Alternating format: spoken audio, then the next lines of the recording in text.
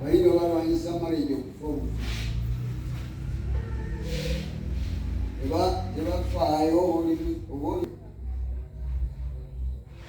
n'ebirala. Abo be b'obuyinza baawa nga totaddeko amasaza balala bye bakola n'ab'omukizikira n'emyoyo emibi. Kakati n'esseeyo buli kyakulabirako. Balina fayo ye Nalusugga muntu wajjamu bw'ati, alina kubeera bw'ati, alina kubeera bw'ati, alina kubeera bw'ati. Kati mukule oba tolwanye balwala ndwadde bweziti. Abantu bwe bafa ku kyalo Nalusugga tefa muntu omu, 3 4 kirindi. Abalaasi abavubuka bonna twamala kuyingirira mu mwoyo. Akati nga buli gye bayita n'ebyo ebiviiri bwe basanga babatwala ne babibemamwako abapoliisi. Akati olwawo bisanga naye lulinga abavubuka enkale zonna batambula bati bavubuka ab'omugaso. Ebiviiri bikumeeyo n'ekkanisa bw'etandikako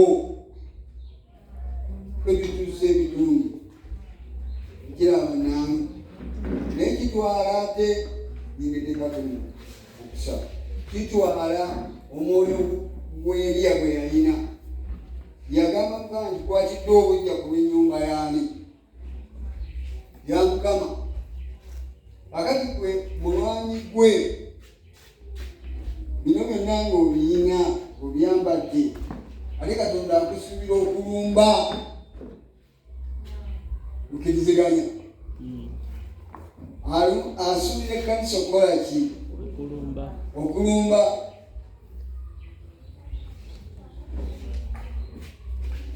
Olumba ebyeka ewammwe kubanga gwe gwabadde obuyinza n'amaki n'amaanyi, era ayagala obwakabaka bwe. Yesu nga bwe yagamba obwakabaka bwe bukole ki?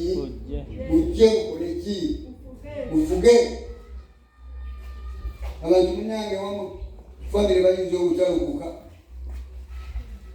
ku kyalo bayinza obutalukuka emizere egisigalawo, ate olw'okuba tuli mu totole z'ab'obuyinza n'abamasaza b'omu kitundu ekyo. Bwe tuba n'ab'obuyinza bwe tuba tetulumbye, oluusi bo balumba leero mu kkanisa.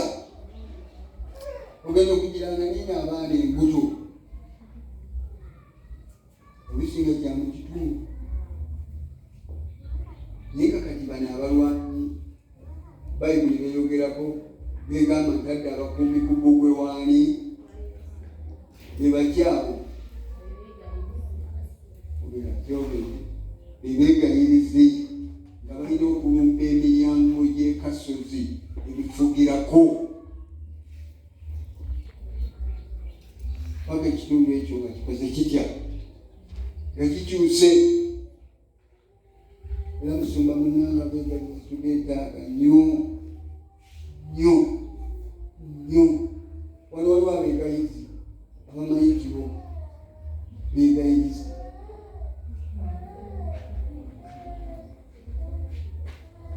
Omu babiri otyo nabali busibisi muli ba mugaso nnyo. Bamugaso nnyo abantu abo bamugaso nnyo batuyamba okulwana n'emitendera giri senga baba bategedde ekyokukola. Leeteyo omwegayizo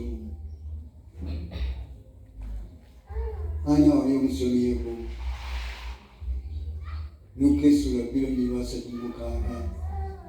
Ono mukyala ng'ali mu yeekaalu emisana naki n'ekiro nga yeegayira okuzaalibwa kwani emyaka 84 ng'asaba ng'asinga nga yeegayira Katonda Yesu azaalibwa.